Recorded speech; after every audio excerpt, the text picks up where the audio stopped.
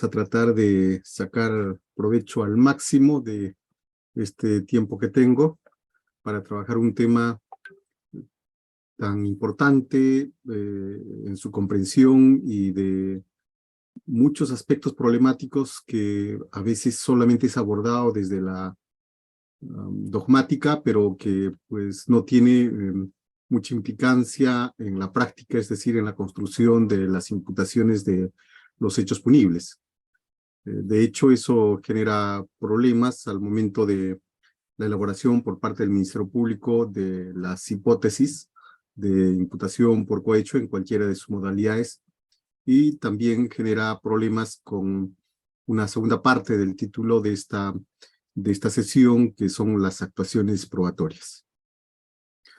Definitivamente hay necesidad de tomar posición con relación a aspectos centrales en la formulación de la hipótesis de imputación del hecho punible por cohecho, y esto requiere tomar dos aspectos bastante críticos en la formulación de la hipótesis de imputación, que tiene que ver con relación a la atribución con el tema del fundamento de la autoría, ¿no? Es casi común, un poco de recibo, sin mucha crítica, se ha asumido la concepción de la teoría de la infracción del deber.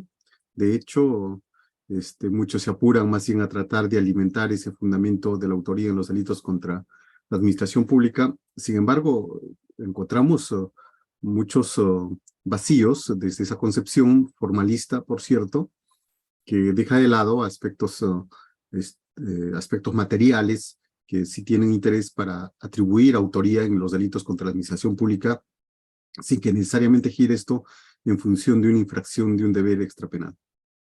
En segundo lugar, vamos a tratar el problema que está relacionado con, el propio hecho punible, y en este caso, en el hecho punible, pues tenemos el problema ya del bien jurídico, ¿no? Ya hay necesidad de tener un concepto claro de bien jurídico y no asumir, creo, un poco el uso retórico del concepto de bien jurídico, cuando de pronto en los manuales que todos conocemos se aproxima un poco nominalmente, ¿no? Haciendo referencia a un bien jurídico de carácter genérico y luego bienes jurídicos de carácter específico. Parece que eso más bien genera confusión, genera problemas. Si es que no tenemos un concepto de bien jurídico y es la vulneración o afectación de un bien jurídico se expresa en una proposición fáctica como debe ser, entonces luego todo se hace retórico y a veces este principio de lesividad se ve satisfecho solamente con la afirmación de que se afecta el bien jurídico, de la imparcialidad, de la gratuidad o de la legalidad en un contexto de una lesión de la administración pública.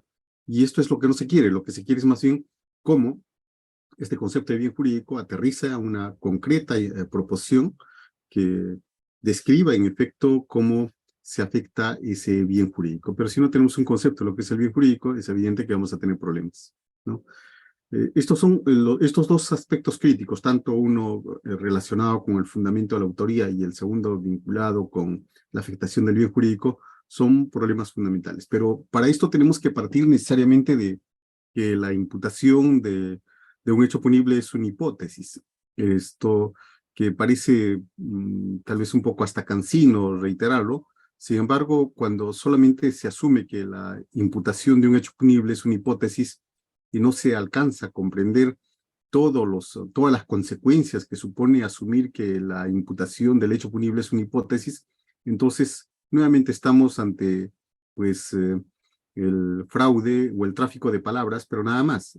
Pero si logramos comprender a la imputación del hecho punible como una hipótesis con sus reales alcances metodológicos, entonces el tema varía, ¿no?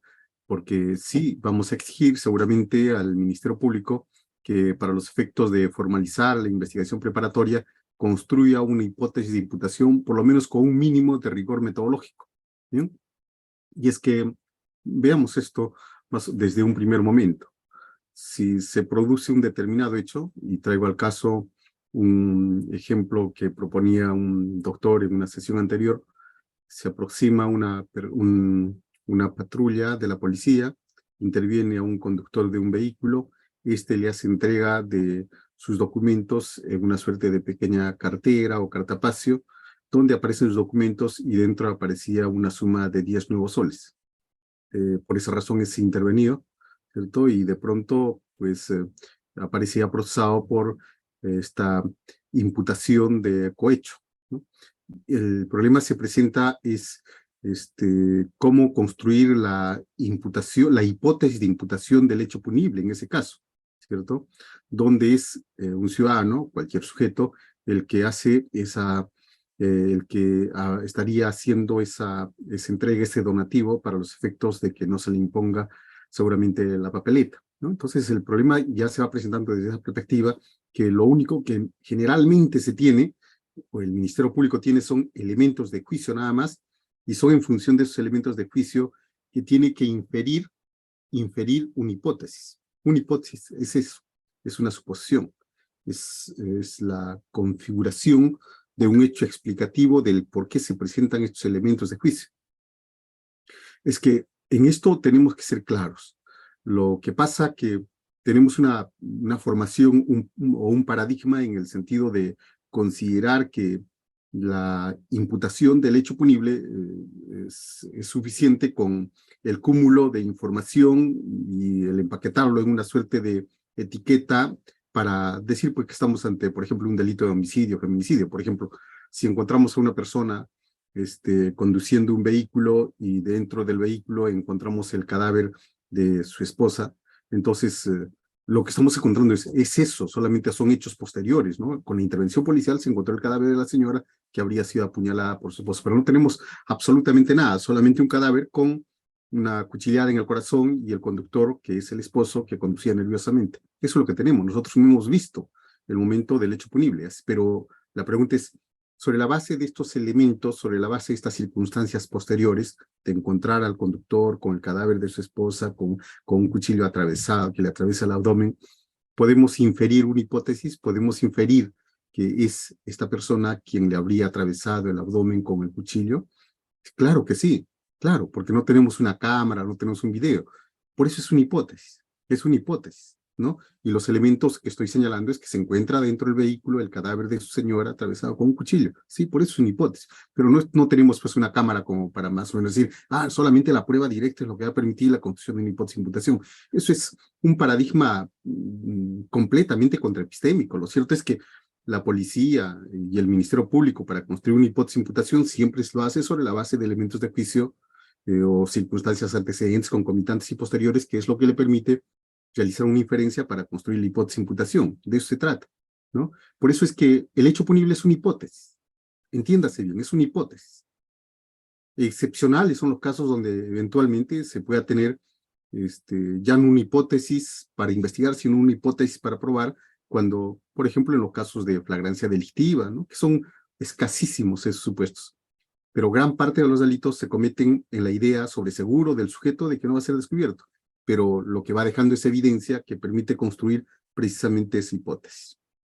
Y en el caso que tenemos, pues solamente tenemos la referencia del policía que abrió la cartera o ese pequeño tarjetero y dentro había 10 nuevos soles. Entonces, a partir de ahí se tiene que construir una hipótesis. Fue intervenido por la policía, sí. Dentro de la cartera aparecía 10 soles, sí. Dentro de la cartera aparecían también los documentos, sí. Se puede inferir que esa era una suerte de donación que le estaba realizando para que incumpla las funciones. Y vamos a tener una hipótesis. Probablemente acá es donde aparece lo fundamental. Como se trata de una hipótesis nada más, y tiene un grado de probabilidad media, alta, altísima, cualquiera sea, ¿cierto? Lo cierto es que siempre se tiene que admitir una hipótesis alternativa, porque solamente estamos hablando de probabilidad. Y esa hipótesis alternativa es la que genera el contradictorio. En el caso, narraba este doctor, que se trataba de que esta persona tenía un billete que aparentemente era falso, estaba un poco deteriorado y es por eso que lo puso en ese folder o en ese cartapacio donde estaban sus documentos. Es una hipótesis alternativa, definitivamente. Nosotros no podemos por qué descartar esa hipótesis, es una hipótesis alternativa. Probablemente así lo es. ¿Acaso no ha pasado muchas veces que tenemos un billete que es un poco dudoso y lo dejamos aparte para evaluar si está falsificado o no está falsificado, es una hipótesis alternativa. Es decir, siempre en la idea de trabajar con una hipótesis debemos siempre trabajar con la generación o la eventualidad de una hipótesis alternativa. Y para esto es muy importante, ¿cierto? Es conocer, siempre conocer la versión de la persona, del imputado. Y esto tiene que ver en muchos casos cuando de pronto con un paradigma nada razonable y contraepistémico, muchos defensores públicos lo que hacen frente a casos como este es guarda silencio, guarda silencio. Ese guardar silencio, como ven usted, está cerrando la posibilidad de que se genere una hipótesis alternativa. Y si no se genera la hipótesis alternativa, muchas veces esa hipótesis formulada por el Ministerio Público da lugar a que se comiencen a realizar actos de investigación solamente para ajustar los elementos de juicio a esa hipótesis inicial que postula el Ministerio Público.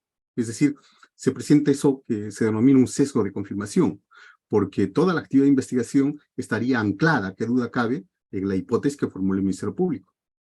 Es evidente que dentro de esa perspectiva se pierde una de las características fundamentales del investigador, la objetividad. La objetividad. Porque si estamos afirmando que es una hipótesis, es evidente que el Ministerio Público, para efectos de testear su información, requiere necesariamente, ¿cierto?, una hipótesis alternativa. Si no tiene un defensor, si no hay un abogado defensor que asista adecuadamente al imputado, el Ministerio Público, por la propia salud epistémica de su hipótesis, debe estar atento a la existencia de una hipótesis alternativa. No sabemos, una hipótesis de atipicidad, una hipótesis de alguna causa de justificación, una hipótesis de causa de exculpación. Pero es que eso corresponde pues, al Ministerio Público por este denominado principio de objetividad, que no viene a ser sino la objetividad que corresponde a una persona que investiga. Pero el gran problema es cuando resulta que se formula una sola hipótesis y se cierra la posibilidad, o se obtura la posibilidad de formular una hipótesis alternativa para los efectos de realizar actos de investigación con total objetividad. Ese es un tremendo problema. Y es un problema que lamentablemente se arrastra porque como que la idea del proceso acusatorio adversarial con rasgos adversativos da lugar a que el Ministerio Público considere que desde un primer momento tiene esa característica. No, pues no es así. Porque en la investigación el Ministerio Público es quien dirige, gobierna, conduce la investigación, ¿correcto? Y si esto es así, ¿cierto? Todavía acá no estamos en un proceso de partes. Vamos a estar ante un proceso de partes cuando el Ministerio Público asume esa posición postulando una pretensión penal. ¿Y en qué momento postula una pretensión penal? Con la acusación, recién con la acusación. Es con la acusación donde tenemos un juez de procedencia, que es el juez de investigación preparatoria, quien tiene que evaluar, obviamente, esa pretensión penal, ¿cierto?, en procedencia y verificar si existe causa probable de condena para recién habilitar el desarrollo del juicio oral. Es en este escenario, no es en otro. Pero antes de ello, se entiende que el Ministerio Público tiene que realizar actos de investigación, de cargo y de descargo. Y es que el propio Código Procesal Penal señala, ¿no? El Ministerio Público debe orientar los actos de investigación para realizar actos de investigación de cargo y de descargo. Pero, ¿cómo podría realizar actos de investigación de descargo si no tienen una hipótesis alternativa? Si no ha tomado en serio una hipótesis alternativa que de pronto fluye de los propios antecedentes o aparece en la versión de la gravedad. No, no tendría sentido, no tendría sentido. Por eso es que la referencia del Código Procesal a los actos de descargo parte del presupuesto de que hay una hipótesis alternativa, que así tiene que ser, ¿no? Entonces, en la construcción de la imputación del hecho punible como hipótesis, es importante, demasiado importante trabajar con esta inferencia, ¿cierto?, a partir de los elementos de juicio para construir esa hipótesis. Y esto lo señala el artículo 336.1. Estos elementos de juicio que permiten inferir ese hecho corruptor. Estos elementos de juicio que permiten inferir ese homicidio, esa peculado, esa colusión. Estos elementos de juicio son los que permiten inferir. Estos elementos, ¿y qué término emplea nuestro código? Dice reveladores. Indicios reveladores, artículo 336.1. Indicios reveladores, ¿no? Entonces, a través de esos indicios reveladores, y como señalaría esta sentencia casatoria plenaria 1/2017, pues sería una sospecha reveladora, dice, ¿no? El término sospecha por más que de pronto se señale que está relacionado con la tradición alemana, es un poco demasiado subjetiva. Nosotros nos quedamos con el término simplemente una causa probable para investigar. En efecto, tengo estos elementos reveladores y hay con estos suficientes elementos reveladores para investigar. Entonces, en este primer plano, considerando a la imputación del hecho punible como una hipótesis, es necesario siempre trabajar con dos variables. Esto ha sido de siempre, estimados colegas. Los colegas bastante jóvenes deben saber que en el Código de Procedimientos Penales se trabajaba con dos figuras, el archivo definitivo y el archivo provisional. El archivo definitivo tenía que ver con el propio hecho punible. El hecho punible no se cometió. El muerto no estaba muerto, sino estaba de parranda. Entonces no tenía sentido atribuir un hecho que nunca se realizó. Archivo definitivo. Pero de pronto el muerto sí está muerto, pero no existen elementos para vincular a una persona. Entonces, archivo provisional hasta encontrar elementos que permitan vincular a otra persona, ¿no? Pero reparen ustedes toda esa operatividad que tiene esa diferencia de esos dos aspectos de la hipótesis, ¿no? El hecho punible es una variable y por otro lado la imputación o atribución del hecho punible, que es la otra variable. Eso es fundamental, central. Vean ustedes las consecuencias que estoy señalando. Y no solamente desde la perspectiva del Código de Procedimientos Penales, sino también desde la perspectiva del actual Código Procesal Penal. Si hacemos una lectura atenta del artículo 344.2, ¿cierto? Vamos a encontrar un efecto perentorio en el supuesto de que no se ha producido el hecho punible. Si no se ha producido el hecho punible, se sobresee. Si se ha producido el hecho punible, pero no existe elementos que vinculen a la persona al procesado, se sobresee. Es decir, siempre encontramos esos dos supuestos para ese efecto perentorio del sobreseimiento. Entonces, como vemos, el tema de siempre hacer esa diferencia de esos dos aspectos de la hipótesis es fundamental.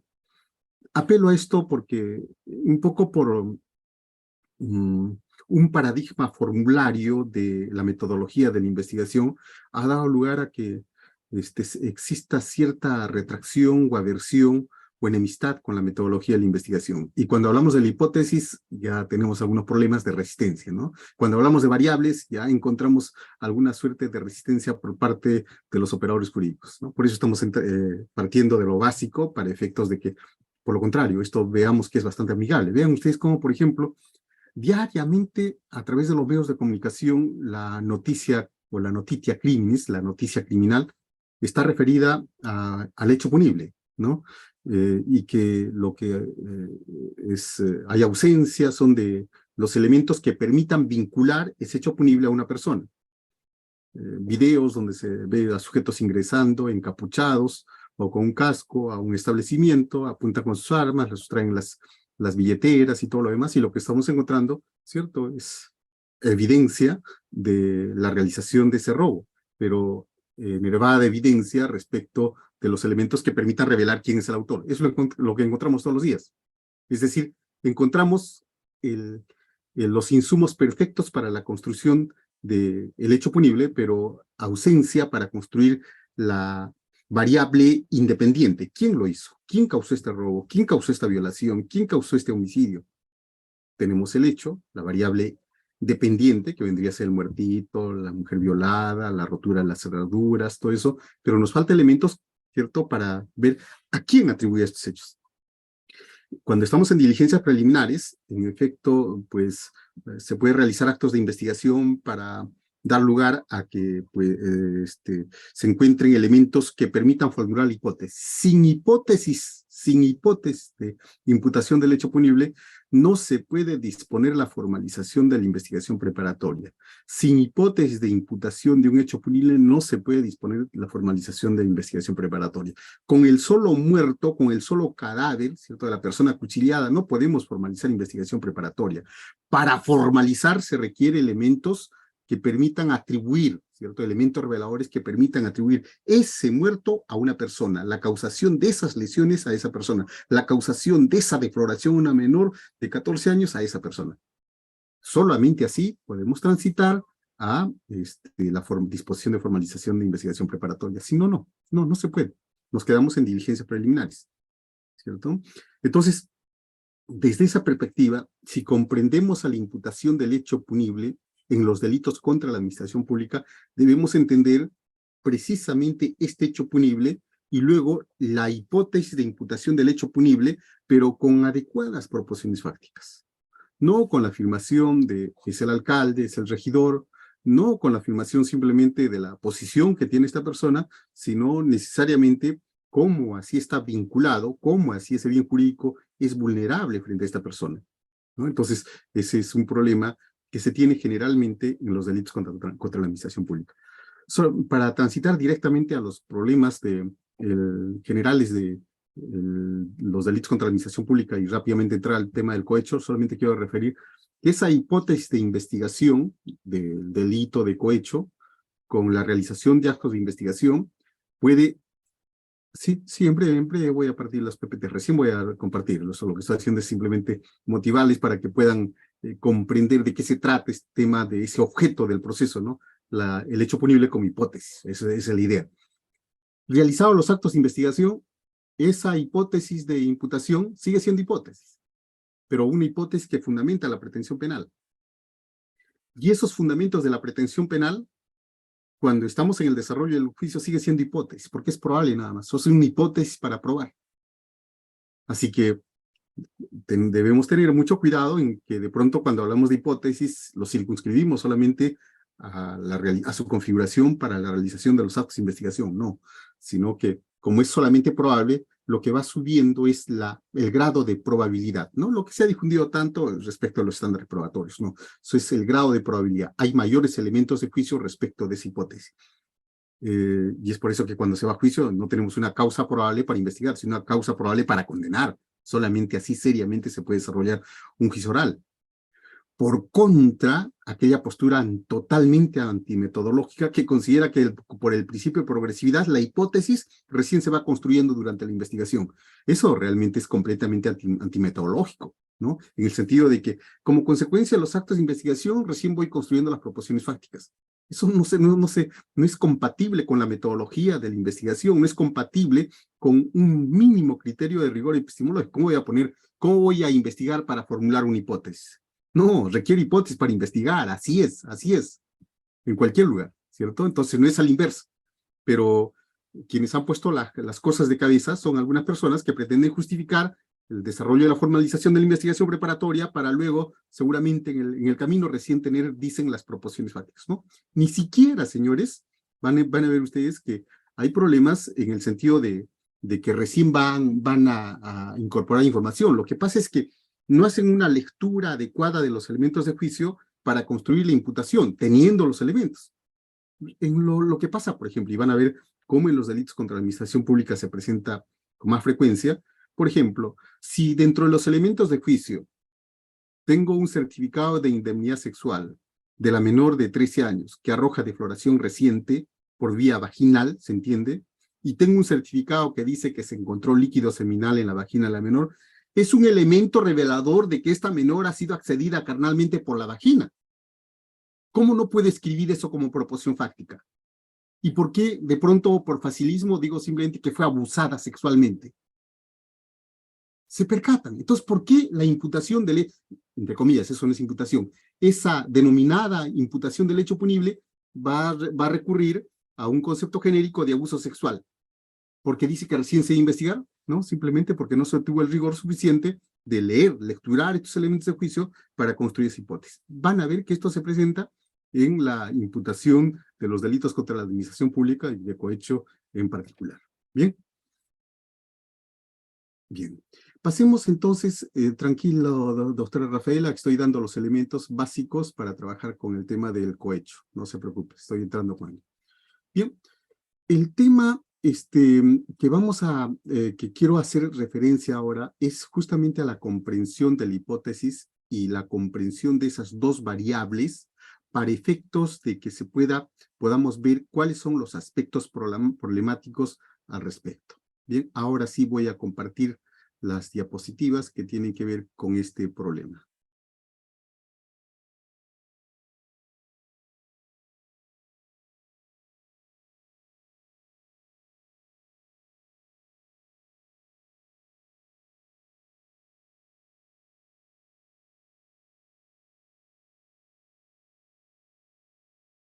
El delito por excelencia en los delitos de corrupción de funcionarios es el de cohecho.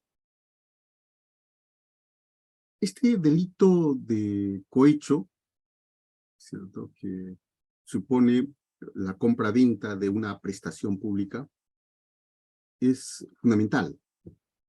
Sobre la base de lo que hemos señalado hace un momento respecto de la hipótesis de imputación del hecho punible, quiero empezar con algunos aspectos, los dos que tenemos que ya no voy a abundar, en relación al hecho punible y a la imputación del hecho punible, ¿no? Lo que pasa que en la realización de estos hechos se presentan un conjunto de elementos, ¿cierto? Y que generalmente no se interpreta adecuadamente esos elementos de juicio para construir la hipótesis de imputación del hecho punible. Lo que aparece pues en los medios de comunicación, lo que aparece en como datos de la realidad son multiformes, con diferentes características.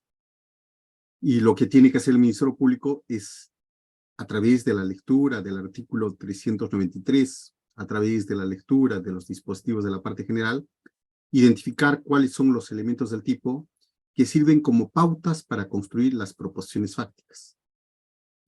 Fundamental en este plano. Una cosa son los hechos históricos, tal como sucedieron, multiformes, con diferentes características, y otra cosa son las proposiciones fácticas que sí suponen una construcción, ¿no? Es un proceso elaborativo de los elementos de juicio, pero a través de estos canales normativos. Y vean ustedes que acá está lo que estamos señalando, lo que de pronto impacientaba un poco.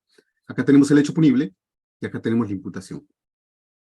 Normalmente se abunda en el hecho punible y sin embargo para encontrar los problemas de la atribución o imputación es singular. A veces se quedan simplemente en la afirmación del rol o función que le corresponde a esa persona. Veamos la base normativa. Hablando de la atribución, de la imputación o de la autoría, que es esta, la proposición, y hablando del hecho punible, que había anunciado, tiene dos aspectos fundamentales para la construcción de la hipótesis, ¿no? Lo que normalmente aparece, habíamos indicado, es este hecho punible como tal. Y el hecho punible como tal, que en el delito de homicidio, sí, en el delito de homicidio es la vida, en un delito de corrupción de funcionarios, específicamente en el delito de cohecho, puede ser la imparcialidad del funcionario público respecto de la prestación, o puede ser la legalidad o la gratuidad. Pero estos conceptos así en el aire no es para memorizar, sino para comprenderlos. Por eso es importante que trabajemos sobre este tema. Es necesario tener un concepto operativo de lo que es el bien jurídico para efectos de ver cómo se afecta el bien jurídico. Y si no recurro a un ejemplo de un delito común, no me van a comprender cómo así podemos hablar del bien jurídico como relación de disponibilidad del funcionario o servidor público con la prestación pública. Un ejemplo elemental para analogar, por favor. Y esta no es una clase de robo, obviamente. Si tengo este celular, es la cosa, y transito por la calle y alguien me coge por el cuello, con ello afecta la relación de disponibilidad que tenía con este celular. El bien jurídico no es el celular, sino el bien jurídico es esa relación de disponibilidad que tenía con el celular. Y con ello se afecta el bien jurídico. ¿Eso puede ser construir una proposición fáctica? Claro que sí. Desplacémonos al delito contra la administración pública. El sujeto, ¿cierto?, funcionario, servidor público, siempre está vinculado o está atado a una prestación pública. No hay funcionario o servidor público que no esté vinculado, amarrado, atado a una prestación pública. Jueces, audiencias y sentencias. Fiscales, formulación de acusaciones, investigar. Presidentes, alcaldes, regidores, todos tienen una prestación pública. Y esa prestación pública está orientada, de duda cabe, a la satisfacción de los derechos de los ciudadanos. Directamente para hablar de un cohecho específico. si tenemos a un efectivo policial dirigiendo el tránsito y este efectivo policial de pronto detecta a una persona que conduciendo su vehículo ha invadido el carril opuesto y por eso le interviene, entonces lo que estamos esperando nosotros es que este efectivo de la policía cumpla con la prestación pública. Esa prestación pública es que deba imponer una papeleta con la correspondiente multa a ese conductor. Eso es lo que esperamos. Es lo que esperamos. Porque quien tiene acá el término lo digo con mayúsculas, disponibilidad pública de esa prestación, por razón de su cargo, por razón de su obligación funcionarial, es ese efectivo policial. A él le asignaron esa cuadra. A él le asignaron ese lugar donde esta persona infraccionó el reglamento de tránsito. No es un general, no es una persona distinta, por más que de pronto en ese lugar aparezca el general de la región. Ese no tiene atribuciones. Quien tiene atribuciones, por razón de su cargo, es ese efectivo policial. Es el único que tiene la disponibilidad de esa prestación pública, que esté identificada en el sentido de que tiene que cumplir con imponer la prestación, imponer la multa como parte de la prestación pública que él desarrolla. Pero ¿qué sucede si de pronto se aproxima, y acá podemos ya ir trabajando con dos tipos de cohecho, y resulta que le dice al chofer, la multa que se te va a imponer tiene un valor más o menos de cerca de 4.000 soles. Pero si me entregas una suma de 400 soles, te vas tranquilo. Lo que estamos viendo es que está haciendo una disposición privada de la prestación pública. Cuando esa disposición, que debe ser pública, se privatiza, hablamos en términos exactos de corromper, desnaturalizar, pervertir. Eso es la corrupción en estricto. Porque la disponibilidad que tenía este efectivo policial era una disponibilidad pública de esa prestación pública. Pero no lo dispuso públicamente, ejerciendo sus funciones, ejerciendo su obligación por razón de su cargo, sino lo que hizo una disposición privada de la prestación pública. No te impongo la papeleta, omito mi obligación de imponerte la papeleta, pero me dejas 400 soles. ¿Eso puede ser concretado en una proposición fáctica como tal? Claro que sí. ¿Serviría de algo que haga un rótulo de etiquetas de manera retórica y haga referencia a un delito, a la correcta administración pública? Bastante genérico, muy genérico. Así que lo mejor es siempre hacer referencia al bien jurídico, pero de carácter así específico. Desde el momento que no impone la multa como prestación que estamos esperando, incumple con esa omisión, con ese deber, omite imponer la multa, entonces está haciendo una disposición privada de esa prestación, de esa cosa pública. Y eso sí puede ser descrito como el elemento central, como la proposición fáctica central del hecho punible. Probablemente acá colocaremos las circunstancias de tiempo, lugar, pero lo fundamental va a ser cómo se afectó el bien jurídico. Esto es importante porque muchas veces se describe formalmente las proposiciones fácticas vinculadas a la realización de los elementos del tipo, descuidando lo fundamental, que para que hablemos de un tipo penal se exige precisamente eso que denominamos principio de lesividad, la afectación, la vulneración del bien jurídico, Bien. Pero tenemos lo que pasa normalmente ahora con la difusión de las cámaras, que el sujeto, el efectivo policial, hizo la petición dineraria, sin saber que estaba siendo grabado, pero estaba con su casco, no se le puede identificar, y se difunde por los medios de comunicación. Pero ya tenemos algunos elementos reveladores, y es por eso que se inician diligencias preliminares y con algunas actuaciones del Ministerio Público para saber quién se encontraba a cargo de esa localidad donde se produjo la intervención. Entonces se logra identificar a este sujeto y ya tenemos elementos reveladores, ¿cierto? Acá, perdón, elementos reveladores para imputar este hecho punible a una persona. La atribución o imputación o vinculación también requiere proporciones fácticas. Y esa proporción fáctica describe esto que estamos indicando. Ya encontramos elementos reveladores y ahora ya tenemos identificado a esa persona, quien con el dominio que tenía sobre esa prestación, lo violó, lo vulneró, él lo vulneró. Es importante destacar acá que el fundamento central viene a ser el dominio sobre la vulnerabilidad del bien jurídico. Bert Schunemann, autor alemán. Es decir, él vulneró ese bien jurídico al disponer privadamente de esa prestación, porque en efecto ese bien jurídico solamente podía ser vulnerado por él y no por otro, no por un general del ejército, no por un juez, ni siquiera por el general de la policía, no, solamente por él, porque el que tenía el específico control de autoridad y la obligación específica de imponer la multa era este efectivo policial y no el otro efectivo policial que de pronto se encontraba en la plaza de armas o en cualquier otro lugar. Entonces, por eso hablamos el dominio, ¿cierto? Bueno, acá está sobre el fundamento del resultado, pero es el dominio sobre la vulnerabilidad del bien jurídico.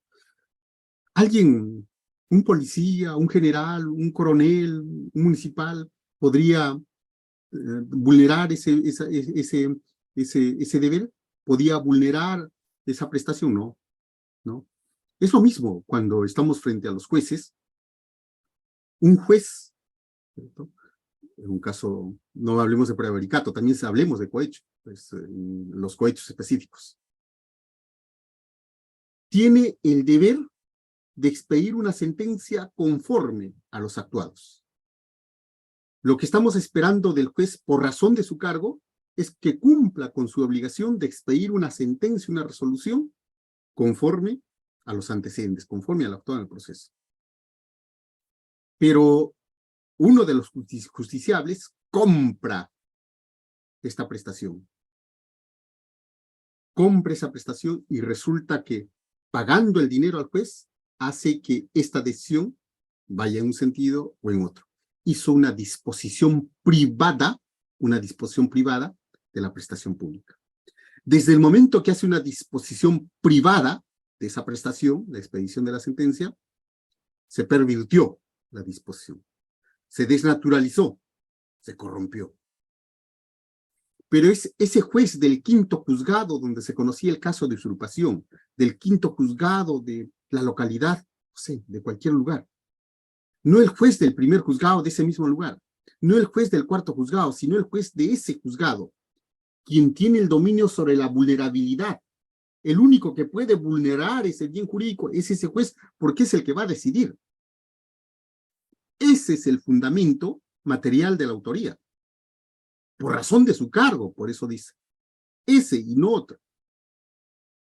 Que de pronto esto esté vinculado a la posición de autoridad que tiene porque fue nombrado como juez, porque fue nombrado como fiscal, porque llegó a ser policía y se tenga una base normativa, pues no hay ningún problema. Son normas extrapenales que lo posicionan a esa persona, pero el fundamento de la autoría no es esa infracción del deber extrapenal, sino cómo en esa posición en la que se ubica en esa posición de poder, lo que hace es disponer privadamente de la prestación pública. Esto sí es necesario destacarlo porque actualmente la postura que se tiene es una bastante simple, infracción del deber, ¿no? Es simple, no se encargan de encontrar esa relación de dominio que hace vulnerable el bien jurídico ante esa persona, sino solamente tratan de encontrar el deber extrapenal para con ello señalar que ese es el fundamento de la autoría. No, no lo es. ¿Por qué tenemos que encontrar un fundamento de la autoría en normas extrapenales? Si el artículo 387, por ejemplo, el 393, es clarísimo. Tan claro como, por ejemplo, dice en el caso de los cohechos específicos, magistrado, policía, fiscal o perito. Eso dice. Eso dice, así de claro. Así que, si no nos sujetamos a lo que dice nuestro código y somos congruentes con la parte general, donde la base normativa hace referencia al artículo 23, que pues considera a la autoría, autoría mediática, autoría, y que esos son los fundamentos para efectos de trabajar con un dominio sobre el fundamento resultado, vamos a tener problemas. Estos dos aspectos son fundamentales, muy importantes. Si no se logra comprender esto para formular la hipótesis y simplemente saltamos al problema de una presentación exegética de sujeto activo, sujeto pasivo, no vamos a aprender nada. Simplemente con el mero conceptualismo, que es lo que anquilosa el hacer penal. La repetición de conceptos compartimentales sin posibilidad de operativizar hipótesis.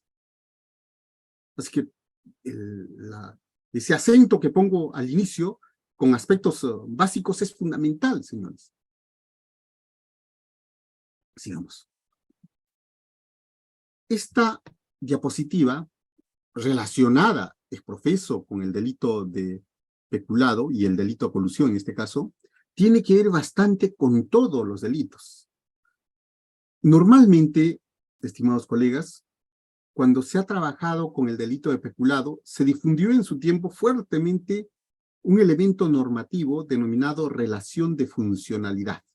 Relación de funcionalidad.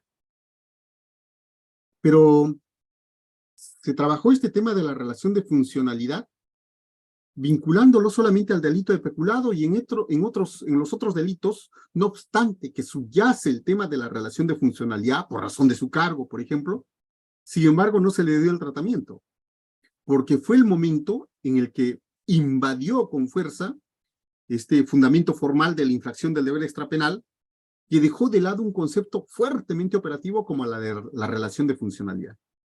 Si no existe una relación de funcionalidad específica entre el sujeto funcionario, servidor, magistrado, fiscal o perito, con el bien jurídico, con la disponibilidad, pues, podemos estar ante un delito de estafa, podemos estar ante un delito de extorsión, pero no ante un delito contra la administración pública.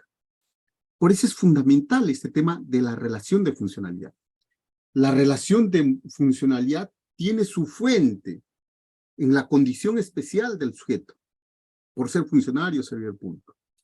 Esa relación de funcionalidad que tiene su fuente en la condición especial del funcionario y servidor público es el puente que permite llegar al bien jurídico y hacer ver cómo este bien jurídico, que está acá en el centro, es solo vulnerable frente a este funcionario y servidor público.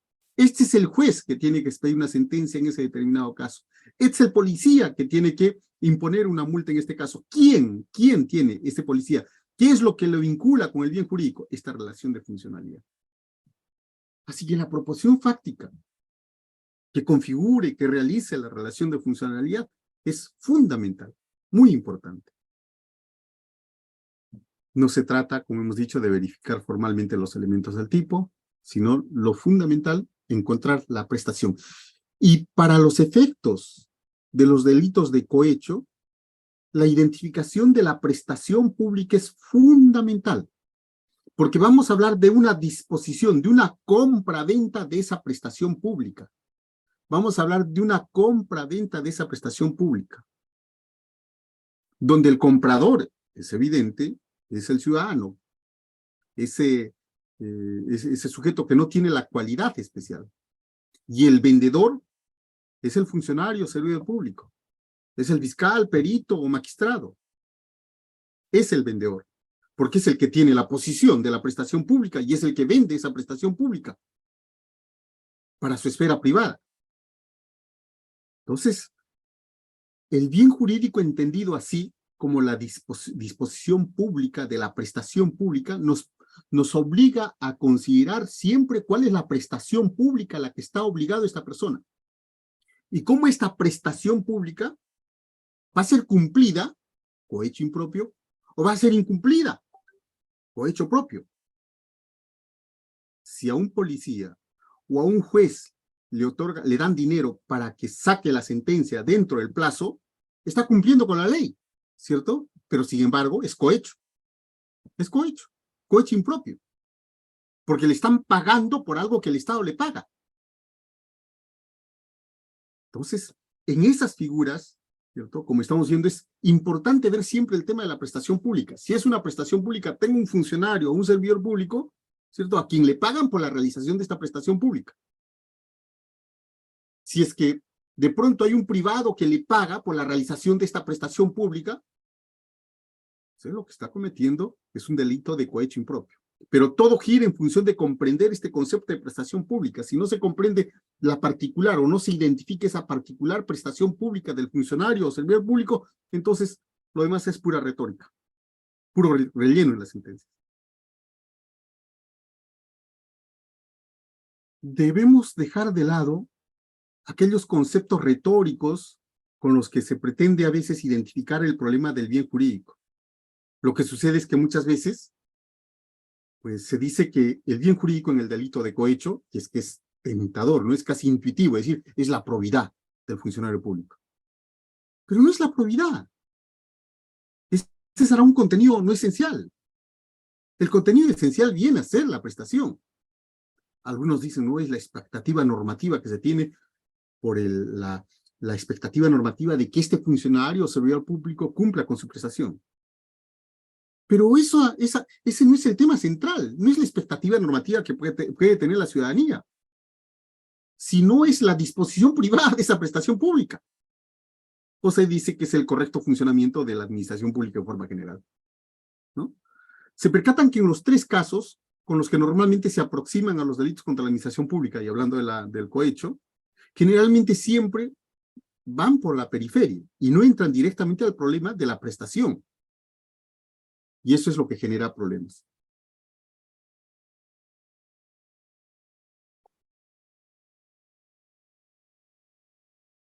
En esta perspectiva, como ven, ahora sí encontramos este tema que nos interesa, la relación de funcionalidad y el sujeto público, para entender por qué el legislador en determinados casos ha delimitado el círculo de probables autores. El círculo de probables autores. No es el qué, como en el homicidio, sino es el funcionario o servidor público. Y en algunos casos incluso cierra más el círculo y dice el magistrado, el perito o el fiscal. O en algunos casos cierra incluso más específicamente cuando dice el policía. Es decir, es la voluntad legislativa, la voluntad del legislador, que cierra el círculo de probables autores, estrecha el círculo de probables autores. Y el fundamento lo encontramos en el propio dispositivo, 393, 394, 395, 96. No lo encontramos en la norma extrapenal, sino es el propio dispositivo que está diciendo el policía, el propio dispositivo que está diciendo el funcionario o servidor. Así que en esa delimitación del círculo de probables autores, por voluntad del legislativo, es que encontramos a un sujeto en una particular situación concreta con dominio para vulnerar ese bien jurídico, y lo vulnera, o no lo vulnera. Es por eso que cuando hablamos del fundamento material de la imputación, optamos por el dominio sobre la vulnerabilidad del bien jurídico. Así es que no se extrañen, por ejemplo, porque de pronto algunos pueden decir, pero es una concepción de retorno al ontologismo, a lo fenomenológico del dominio del hecho, ¿no? Esta postura del dominio sobre la vulnerabilidad del bien jurídico es una propuesta que desarrolla el profesor Bert Schunemann, discípulo de Claude Rossin, y que tiene, evidentemente, bastante sustento porque en los ejemplos que les he propuesto es clarísimo. Quien va a responder es el juez del quinto juzgado porque él es el que tiene que expedir esa sentencia. Y le pagaron y resulta que sacó una sentencia contrariando sus obligaciones, porque va en sentido contrario a lo que aparece en autos. O en su caso, en el supuesto del efectivo policial, ¿quién puede vulnerar esa prestación? Solamente él, no el general, no otra persona. Entonces, encontramos concreción con ese concepto de bien jurídico y es por eso que se opta, obviamente, por un concepto operativo y no solamente las ficciones retóricas de hablar de infracción de un deber. Dejemos de lado este tema de más de debate, solamente la posición es muy importante en el sentido que queda como tal. Estimar que el bien jurídico implicado es el correcto funcionamiento de la administración pública, sí, pero que debe ser concreta y específica disponibilidad de la prestación estatal. Solo quien tiene la disponibilidad de esa prestación estatal. ¿Quién lo tiene? Obviamente el funcionario del servidor público por razón de su cargo. Nadie más. Nadie más.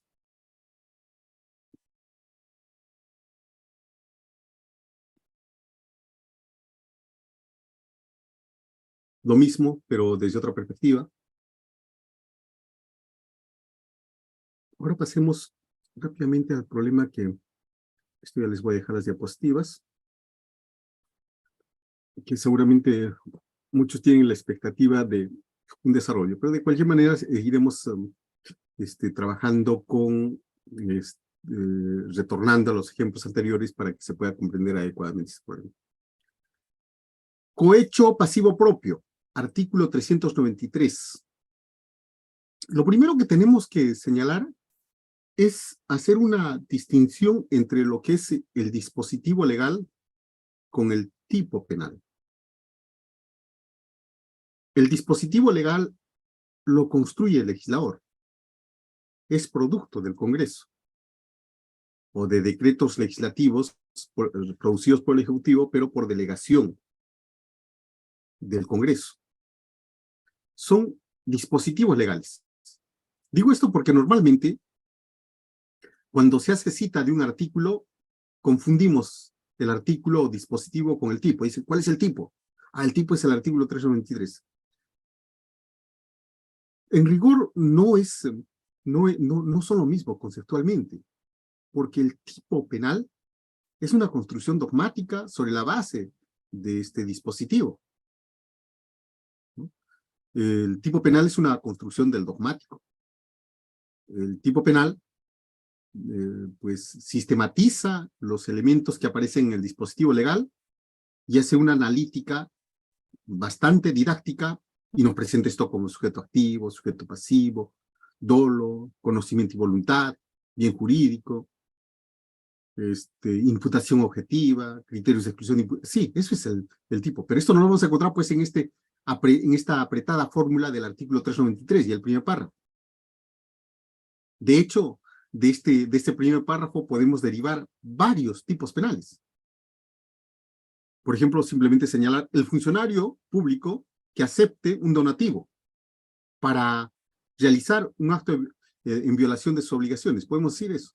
Y vean ustedes cómo sobre la base de ello podemos construir un tipo penal vinculándole con el artículo 12. O podemos decir el servidor público que acepte un donativo, ¿cierto?, para omitir un acto de violación.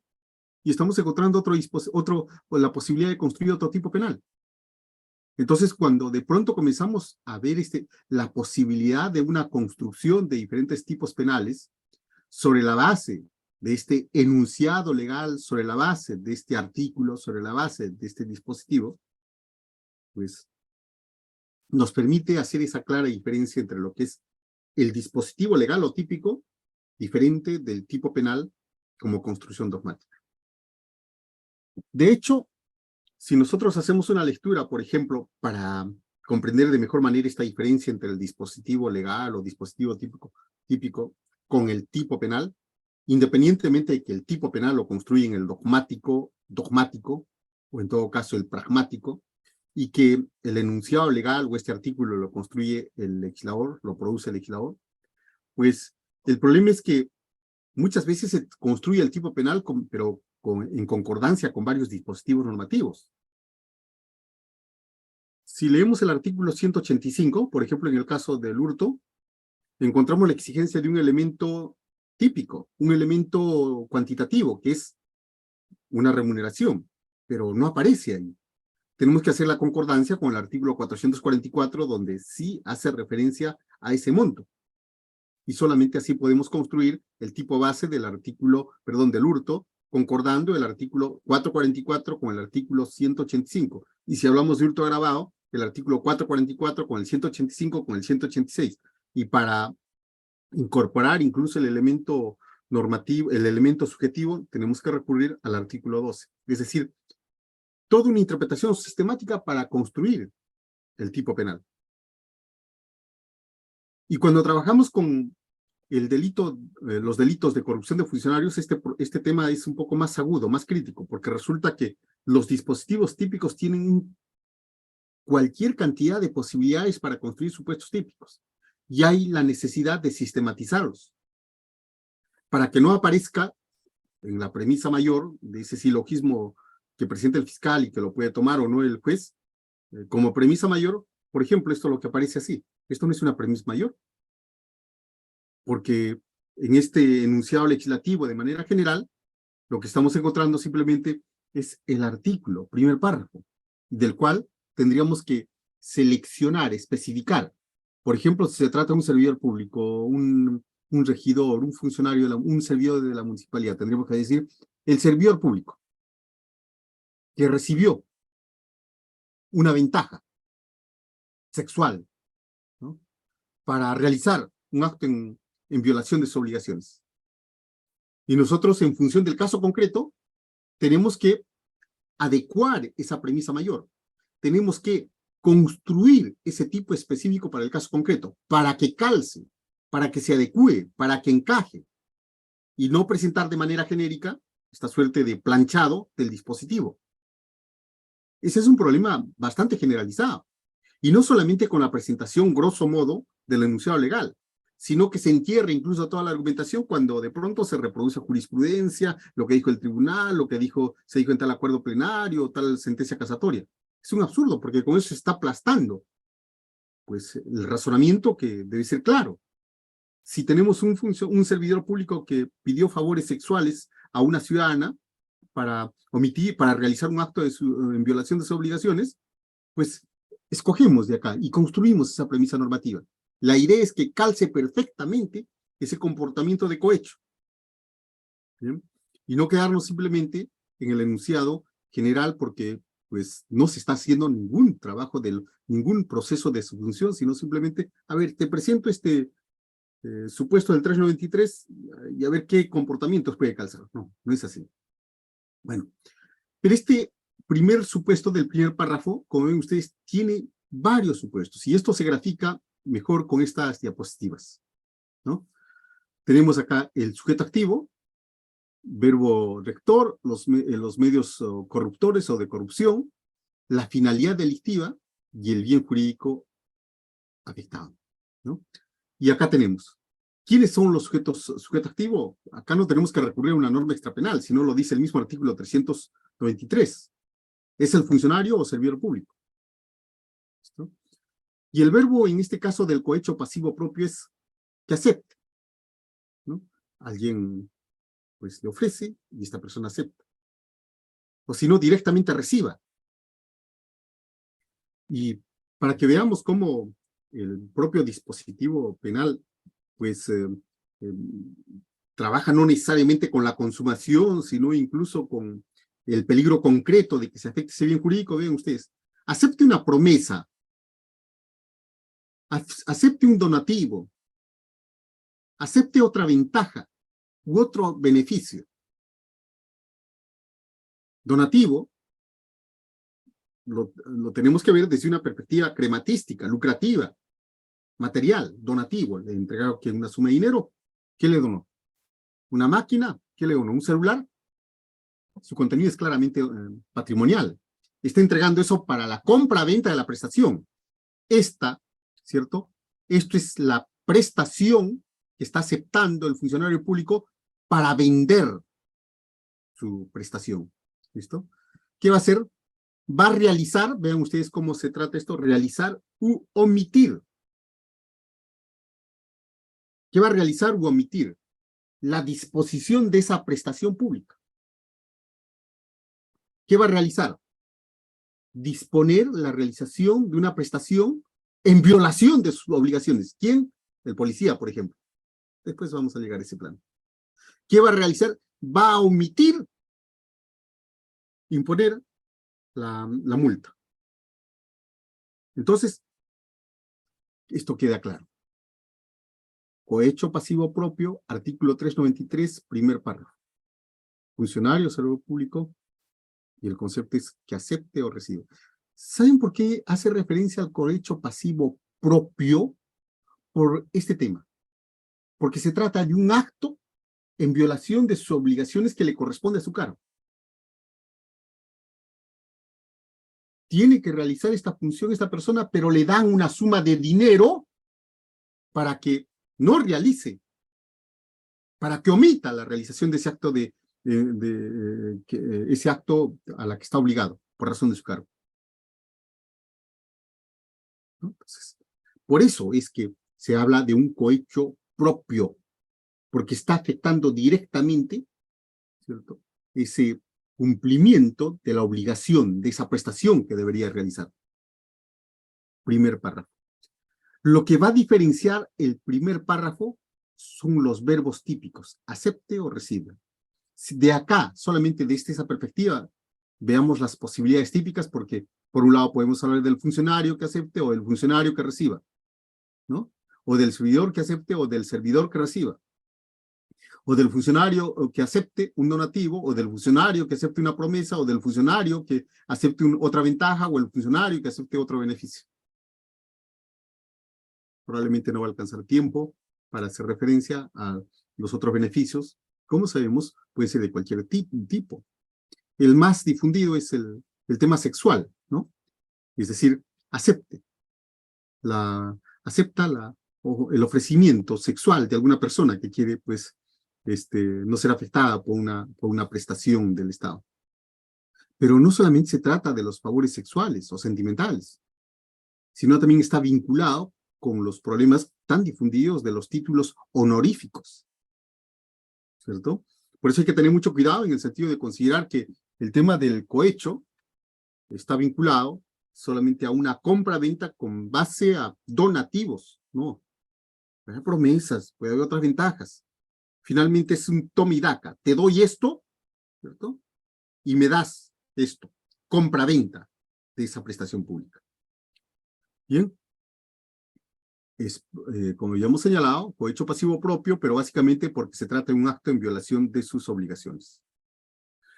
Seguimos con el cohecho pasivo propio, pero ahora el segundo párrafo. Miren, solamente en este artículo 393 los párrafos que vamos a encontrar. De igual, la literalidad dice el funcionario, servidor público, que solicita directa o indirectamente. Vean ustedes, a diferencia de lo que aparece acá, en el primer párrafo. ¿Directa o directamente? No, no aparece. Pero acá ya tenemos, se adiciona este término. Directa o indirectamente, donativo, promesa o cualquier otra ventaja o beneficio para realizar o omitir un acto en violación de sus obligaciones. Siempre el tema fuerte está que es en violación de sus obligaciones. Es para que no haga la prestación pública, si es que es un mandato, o viole el cumplimiento de su obligación, si es que es una prohibición, o a consecuencia de haber faltado a ellas. Ahí está la pena, ¿no? Entendemos, vean esto, el tema es que si se trata del primer párrafo, ¿cierto?, la pena es no menor de 5 ni mayor de 8 años. En este supuesto, la pena es mucho más grave, no menor de 6 ni mayor de 8 años. ¿Por qué? Porque en este primer caso está aceptando esa coima, está aceptando esa ventaja, ese beneficio. Pero en este otro supuesto, él está pidiendo, solicita, no acepta, no recibe, sino solicita, pide, directa o indirectamente. Cohecho pasivo propio, segundo párrafo, ¿no? Para realizar o omitir un acto de violación de sus obligaciones o a consecuencia de haber faltado, es decir, el pago posterior. Será reprimido con pena privativa de libertad, no menor de 6 ni mayor de 8 años de inhabilitación. ¿Sí? Obviamente, hay mayor contenido de injusto, claro está. Una cosa es aceptar o recibir y otra cosa es, pues, solicitar. Acá tenemos otra vez este mismo dispositivo. El sujeto, ¿qué hace? Solicita. Segundo párrafo, solicita. Primer párrafo, acepta o recibe. Acá solicita. ¿Listo? Lo mismo, acá tenemos cuáles son los medios de corrupción. El medio corruptor. Este tema, señores, de los medios corruptores en esta diapositiva y en esta otra diapositiva, es fundamental porque se trata de un elemento del tipo, se trata del objeto material con el que se está comprando la prestación, ¿cierto? Y esto tiene que ser probado. En los ejemplos que habíamos trabajado de esta persona que hace entrega de una suma, habría hecho entrega de un dinero, el problema no está tanto en la implicitud de haber entregado ese dinero, sino el problema se encuentra en si pues, concurrió dolo, si habría dolo para la entrega de esa suma de dinero. En realidad, la hipótesis alternativa sería la que prosperaría. Acá tenemos al funcionario que hace esa solicitud. Y el medio corruptor es el fundamental porque muchas veces los funcionarios servidores públicos se valen de otros medios para que no se haga la entrega crematística directamente, a través de sus asistentes, a través de sus esposas, a través de terceras personas. Por eso el dispositivo se pone en esta situación. Solicita directa o indirectamente. La idea, seguramente, del funcionario o servidor corrupto es de que este medio corruptor se disuelva, se disperse, se diluya, que no aparezca evidencia de cómo este medio corruptor está ingresando a su esfera dominal. Y emplea un conjunto de técnicas, ¿cierto? Y el principal problema es justamente cómo lograr prueba, cómo lograr actuación para demostrar, ¿cierto?, que ciertamente hubo una compra-venta. Y esto da lugar a que muchas veces cuando no se encuentre el medio corruptor, en el caso, por ejemplo, de la contratación estatal, se tenga que recurrir a figuras menores como la colusión, dado que no puedo demostrar el medio corruptor. Sin embargo, sí puedo hacer referencia a una eventual colusión o a una negociación incompatible, ¿no? Pero lo fundamental es siempre este tema del medio corruptor. Por eso toda la actuación que realiza policía y Ministerio Público, si se ha percatado, está precisamente en encontrar en ese momento con las manos en la masa para tener la proposición fáctica que haga referencia a este tema del donativo. Hace poco por las redes difundieron el caso de un secretario judicial, no sé en qué distrito, que fue intervenido en un hotel con una agraviada. Entonces, el medio corruptor está clarísimo, ¿cierto? Era ese otro beneficio, que era su satisfacción sexual, pero fue intervenido justamente en el interior de la habitación. Entonces, no hay una suerte de corporeidad del medio corruptor, pero sí las circunstancias permiten desarrollar una proposición fáctica que haga ver cuál era ese otro beneficio o esa otra ventaja que buscaba esta persona pues para realizar un acto en violación de sus obligaciones, porque estamos hablando del cohecho pasivo propio, ¿no? Central, entonces, es el problema del medio corruptor. El Ministerio Público, la policía, diseñan un conjunto de técnicas, ¿cierto? Como, por ejemplo, el rociar de un determinado químico a los billetes para los efectos de que cuando se esté recibiendo, quede impregnada en las manos del servidor o funcionario público que esté incurriendo en este acto. En otros casos, como hemos visto, la corrupción se produce a través de otros medios, como por ejemplo los depósitos o lo que estaba sucediendo un poco irónicamente hasta con Yapé, ¿no? El yapeo, ¿cierto? Como una forma precisamente para los efectos de evaluar eso. Y esto es un poco más problemático, porque como ustedes saben, el levantamiento del secreto bancario es un poco más complicado, dado que se tiene que solicitar autorización judicial para estos efectos. El problema probatorio se presenta, vuelvo a reiterar, respecto siempre del medio corruptor. Pero acá tenemos al funcionario del servidor público. Bueno, siempre los temas que están vinculados a la prestación principal es en realizar ¿qué? Su obligación. O en omitir ¿qué? Su obligación. ¿De qué estamos hablando? De la prestación. ¿Qué prestación? La que debe hacer este funcionario. La prestación pública. Tercer párrafo, miren, del artículo 3 nomás, independientemente de la multiplicidad de tipos penales que podemos sacar. Cohecho pasivo propio, artículo 393, tercer párrafo. El funcionario o servidor público. Ahora ya no hablamos como el primer párrafo de aceptar o recibir. No hablamos del segundo párrafo que dice solicitar, sino ahora, miren, estamos hablando de una situación un poco más delicada. Condiciona su conducta funcional, obviamente, relación de funcionalidad, que deriva del cargo o empleo a la entrega o promesa de donativo o ventaja. Se percatan, ya esto varía. Es un sujeto que está condicionado, ¿no?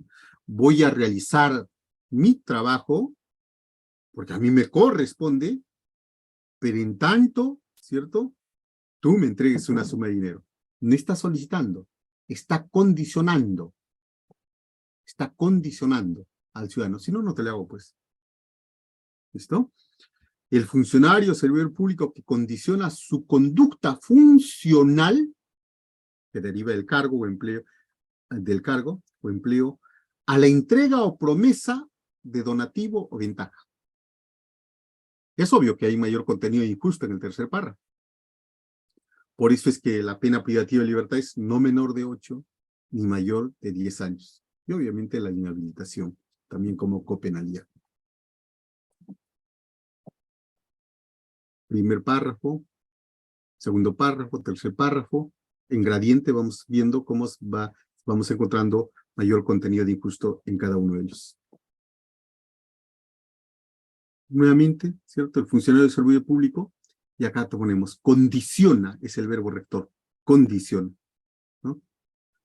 ¿Cierto? Yo voy a hacer mi trabajo, pero si me entregas, ¿cierto? Un donativo, pero si prometes ese donativo, ¿cierto? Entonces ya el tema ya es más complicado, ¿no?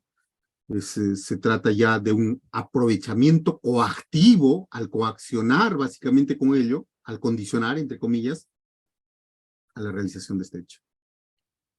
Hasta acá, como hemos visto, es un cohecho propio, porque, reitero, estamos hablando de la violación de sus obligaciones,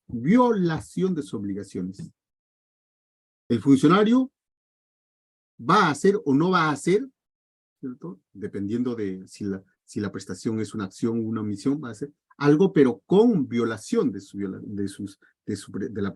la obligación que tiene. Tenía que expedir una sentencia en determinado sentido conforme a los actuados, sin embargo, vendió su decisión. Tenía que imponer la multa, sin embargo, no impuso la multa. Violó también su obligación de imponer la multa. Cohecho pasivo propio. En el cohecho pasivo impropio, regulado en el artículo 394, la figura varía, porque ahora más bien le van a pagar 2 veces. Por un lado, el Estado le está pagando por la realización de ese hecho, y por el otro lado está recibiendo dinero de un ciudadano por la realización del mismo trabajo. Es decir, siempre está haciendo una disposición privada. En el cohecho pasivo impropio es clarísimo que privatizó la disposición, pero para violar sus obligaciones que por razón de su cargo tenían, por esa relación de funcionalidad. En el cohecho pasivo impropio, más bien, esta persona va a recibir esa ventaja o beneficio, pero para que realice un acto propio de su cargo o empleo. No falta su obligación. O es que ya realizó su obligación y después, ¿cierto?, acepta una suma de dinero. Con todo, señores, esto también es un ilícito. Por más que tenga una menor contenido injusto porque la prestación se mantiene, sin embargo, vean ustedes cómo se afecta acá la gratuidad de la prestación pública. En estos anteriores, ¿qué se afectó? Se afectó la imparcialidad, ¿cierto? Se afectó esa disponibilidad de la prestación pública, pero con imparcialidad. Sin embargo, acá lo que estamos viendo es ya la gratuidad. El Estado le paga. Y sin embargo, acá está recibiendo dinero de otra persona, de un ciudadano. Y acá tenemos los dispositivos. También funcionario o servidor público. Acepte, reciba. donativo, promesa, otra ventaja, beneficio indebido, para realizar un acto, sin faltar a su devolución, a su obligación, ¿no? Se tenía que emitir una disposición fiscal en un determinado tiempo y emite la disposición fiscal en su tiempo, pero viene el justiciable y le da una suma de dinero por haber cumplido su función. También estamos hablando nuevamente de corrupción de funcionarios. Corrupción de funcionarios. Que tenga menor entidad injusto, eso no interesa. Lo cierto es de que, si bien es cierto, la prestación no se ha resentido en sí, sin embargo, pues privatizó al recibir dinero, otra vez, no obstante que el Estado le paga por esa actividad. Eso es la actividad, la posición que tiene el funcionario de servidor público es una posición de garante, bastante fuerte. Cohecho pasivo impropio, segundo párrafo. Acá que hemos hablado, acepte o reciba. Vean acá. ¿Qué pasa? Al igual que el anterior, solicita. Acá es algo distinto. El funcionario o servidor público solicita donativo, promesa u otra ventaja indebida por haber realizado sus acciones o para realizar sus acciones.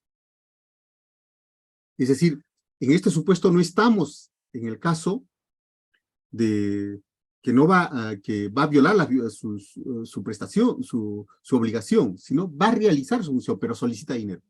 Ya, doctor, a ver, casi a lo más común en la función pública. ¿Cuándo se va a remitir el expediente a la fiscalía? Ya lo voy a remitir, pense mañana mismo lo remito, pero déjate algo. Sí, eso es cohecho pasivo impropio, segundo párrafo. Porque está cumpliendo su función, pero está pidiendo dinero, está pidiendo un donativo, o por lo menos una promesa, o pretende otra ventaja indebida, cualquier otra ventaja indebida.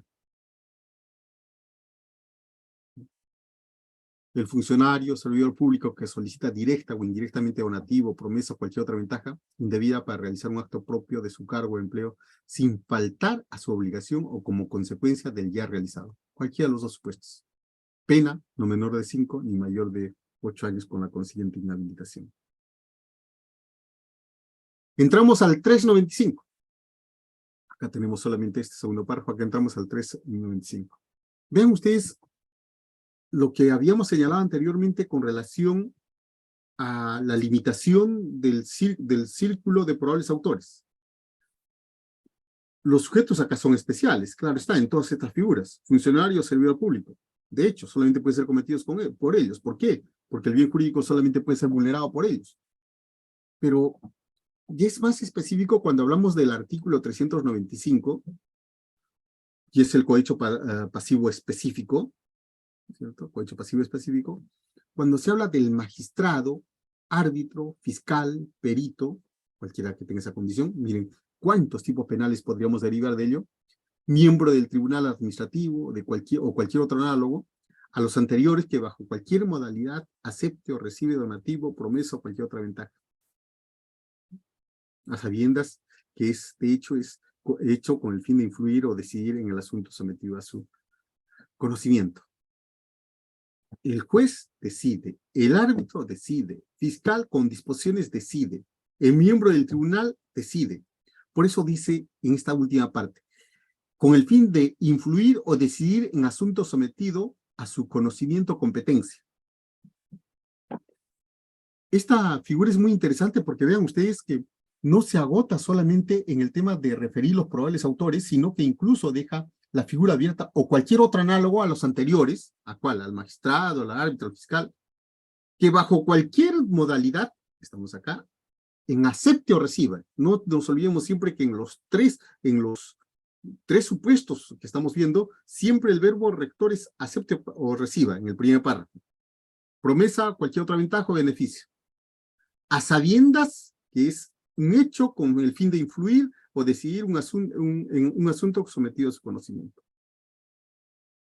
Un tema muy interesante que me consultó una señora fiscal era el siguiente. Se trataba de un sujeto que había recibido dinero porque creía que tenía tenía atribuciones como para decidir un acto, pero sin embargo no lo tenía,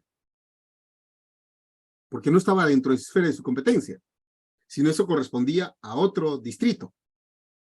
Pero sin embargo, este funcionario consideraba que sí, y recibe el dinero. Procesado, ¿qué es lo que faltaría? Obviamente esa relación de funcionalidad, porque no puede, obviamente, no puede disponer de esa prestación. Que es un ilícito, sí, pero no es la calificación de cohecho, pues, porque en el cohecho, como estamos viendo, se requiere siempre esa relación de funcionalidad, esa obligación que tiene que cumplir. Esta persona pensaba, creía, asumía que tenía esa posibilidad, pero no lo tenía.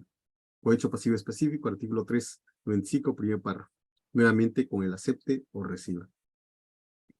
Y acá lo tenemos. Sujeto activo, nuevamente, magistrado, árbitro, fiscal, perito, miembro del tribunal administrativo, u otro análogo. Reparen siempre en ese otro análogo. Debemos ser claros en este sentido de que el tema es que el otro sujeto activo con esa característica especial tiene que tener la misma razón esencial de un servidor o funcionario público decisor, pero que decida, ¿no? Primer párrafo, acepte, recibe, y nuevamente lo mismo. Pero en estos supuestos, en este supuesto que estamos trabajando, vean ustedes que ya no se trata de que estas personas pues vayan a violar su obligación o en todo caso vayan a realizar su obligación, sino van a influir o van a decidir un asunto sometido a su conocimiento o competencia. Es un cohecho pacífico específico, pero ya no está referido a una prestación en forma general, sino específicamente se circunscribe a un asunto sometido a su conocimiento o competencia. Por eso es que en esta figura del cohecho pasivo específico, un primer aspecto del específico está relacionado a los sujetos activos, como aparece en el primer diagrama, y otro está relacionado a que ese asunto es sometido que es del ámbito de su competencia o de su conocimiento. Cohecho pasivo específico, artículo 395.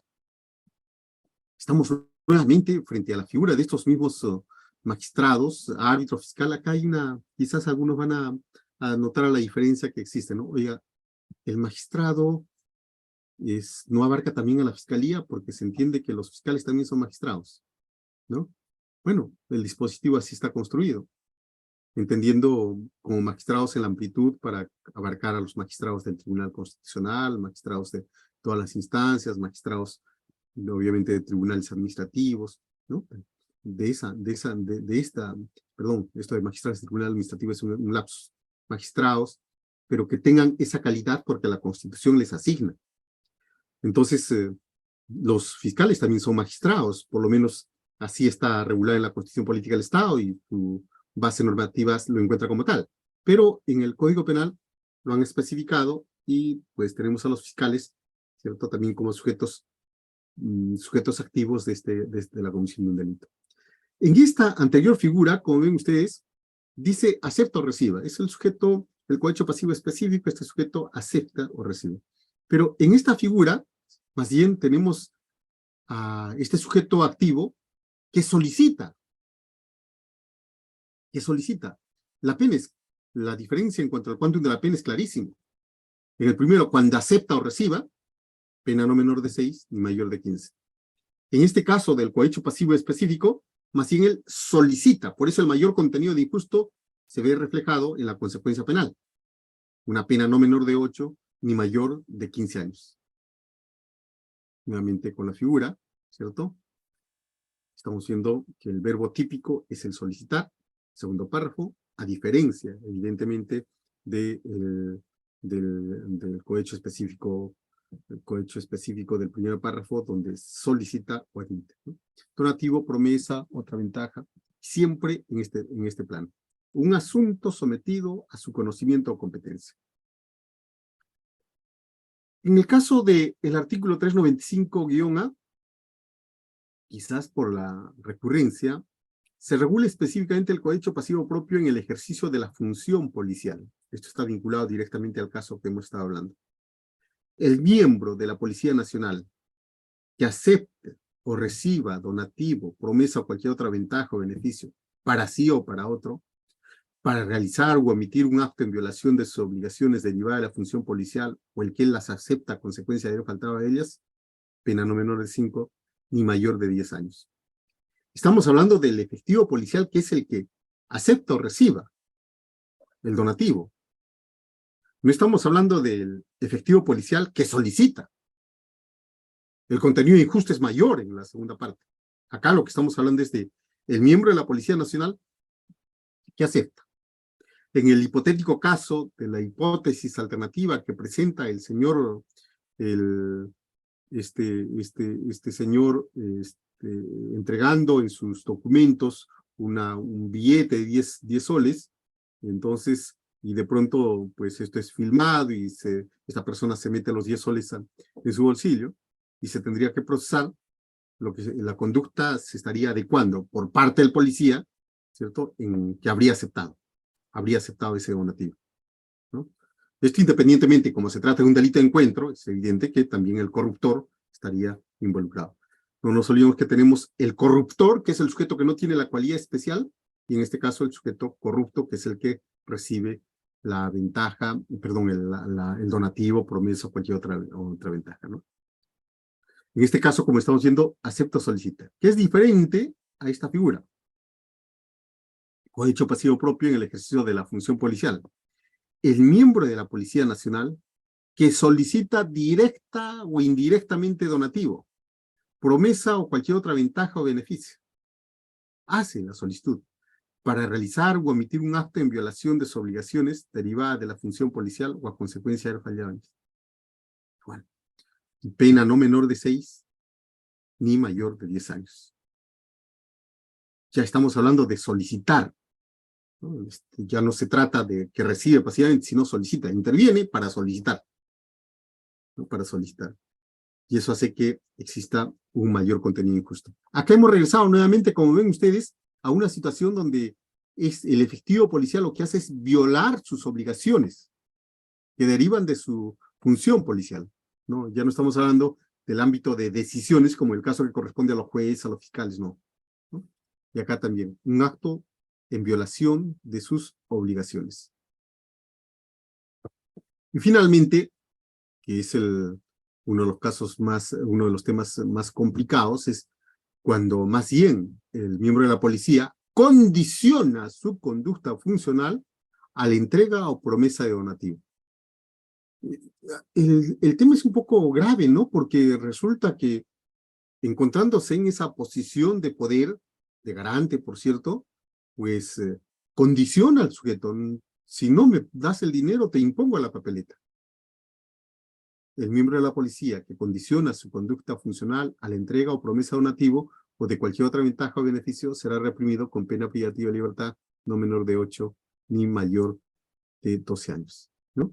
Entonces, como ven, las figuras específicas deben ser trabajadas como tal. Regresando un poco, antes de pasar a las otras figuras, bueno, acá tenemos ya la diapositiva. Todo este marco normativo que estamos viendo viene a ser, desde la perspectiva de la metodología, el marco teórico que va a permitir calificar ese hecho como cohecho pasivo propio, cohecho pasivo impropio, cohecho pasivo específico. Es decir, de lo que se trata es de ver siempre este aspecto con su adecuada calificación jurídica, lo que exige necesariamente, pues, tener claro cuál es el dispositivo que vamos a emplear. No he hecho el cálculo de cuántos dispositivos típicos podríamos sacar o cuántos tipos penales podríamos sacar de la cantidad de enunciados que hemos hecho referencia, ¿no? El cohecho pasivo impropio en el ejercicio de la función policial, en el artículo 395, también se presenta, ¿no? Ya acá no estamos otra vez, ante la violación, ante la falta de obligación, sino que el efectivo policial cumple, no falta a su obligación. El miembro de la Policía Nacional que solicita directa o indirectamente donativo, promesa o cualquier otra ventaja indebida para realizar un acto o omitir un acto propio de su función sin faltar a su obligación. Sin faltar, no falta a su obligación, pero por ello solicita donativo, ¿no? Y estamos entrando nuevamente a la figura siempre de el cohecho pasivo y específico e impropio, ¿no? Y acá el cohecho activo genérico y pasamos a los ciudadanos, ¿no? Ya no estamos hablando, porque estamos ante un delito de encuentro, porque como se trata de una relación negocial, contractual, donde alguien vende o alguien compra, ¿cierto? Estamos ahora ante el comprador, el que está comprando la prestación, con violación o sin violación de las obligaciones que le corresponde al funcionario, servidor, policía, magistrado, no. Ahora entramos al otro lado de esa relación contractual espuria y tenemos la figura del cohecho activo genérico, ¿no? El que bajo cualquier modalidad ofrece, da o promete a un funcionario o servidor público donativo, promesa, ventaja o beneficio para que realice u omita actos en violación de sus obligaciones, será reprimido con pena privativa de libertad no menor de 4 ni mayor de 6 años. Entonces, el problema, como ven ustedes, está acá. Estamos en la otra en el otro extremo de esta relación contractual. Alguien quiere comprar esa prestación con violación o sin violación, propio o impropio. Cohecho activo genérico, ¿no? Cohecho activo genérico. ¿Quién es el sujeto pasivo? Cualquier persona, cualquiera. ¿Cuál es el verbo típico rector? Ofrecer, da o promete al funcionario o servidor público. ¿Qué? Donativo, promesa, ventaja, beneficio. Vean ustedes que no se trata incluso directamente del donativo, es suficiente la promesa. Suficiente la promesa. O la ventaja o el beneficio. Realice, omita actos en violación de sus obligaciones. Entonces, desde esa perspectiva, como estamos viendo, ¿cierto? Estamos ante un delito común que puede realizarse por sí nada más, porque puede ser el caso de que el servidor público no reciba, y por tanto solamente tendríamos, en este caso de cohecho activo genérico, al sujeto activo nada más, porque un funcionario, servidor público o efectivo policial, pues íntegro no aceptó ello, y más bien lo intervino por pretender, ¿cierto? Sobornar con ese donativo, con esa promesa, ¿no? Realice o omita una obligación de sus obligaciones. El cohecho activo genérico, siempre en el segundo párrafo, también corresponde a una figura de un delito común. Bajo cualquier modalidad ofrece, da o promete donativo, ventaja o beneficio para que el funcionario o servidor público realice o omita actos propios del cargo o empleo sin faltar a su obligación. Ya estamos hablando de un funcionario y le está entregando dinero, pero no para que incumpla su obligación, como en este caso, sino para efectos de que más bien cumpla con su función. O sea, hay que tener mucho cuidado con ese tema de que por ser muy agradecidos por algo que realizó, pues esta persona, alguien le pretenda dar un donativo, una suma de dinero, cualquier beneficio, no. Sensibilicémonos frente a ello, porque estamos ante funcionarios, servidores públicos o policías, cualquiera que pues tiene una prestación del Estado. Yo sé que muchos seguramente reflexionan en el sentido de que puede presentarse el caso de personas muy agradecidas frente a la actuación imparcial de una persona y de pronto pues pretenden ser agradecidos otorgando, dándoles no sé, algún bien o algo por el estilo. No, cuidado, en este caso con los ciudadanos, ¿no? Porque, como ven, estaría realizando formalmente el tipo penal, ¿no? Y eso pasa con frecuencia. Muchos ciudadanos, sobre todo que consideran que con ello están pues muy agradecidos por la muy buena labor, sin considerar que pues ese tema puede generar problemas para él mismo. No obstante que el contenido injusto es menor, cierto, pero mucho cuidado, no menor de 3 ni mayor de 5 años. El que ofrece, promete a un funcionario del servidor público, ¿cierto? Para que realice sus actos propios de su cargo o lo realizó como tal. Entonces, doctores, como ven ustedes, yo les voy a entregar las diapositivas al doctor para que les pueda hacer entrega. Yo quiero entrar directamente al conversatorio con ustedes, solamente, pues, en el tiempo que falta, solamente dado que nos hemos ido de corrido, solamente lo que quiero hacer referencia. Nada de estos esquemitas clasificatorios, van a servir si no se comprende a la imputación del hecho punible como hipótesis. Esto viene a ser el marco que permite ubicar sus componentes como tal. Todo esto lo que hemos visto básicamente está relacionado con este problema.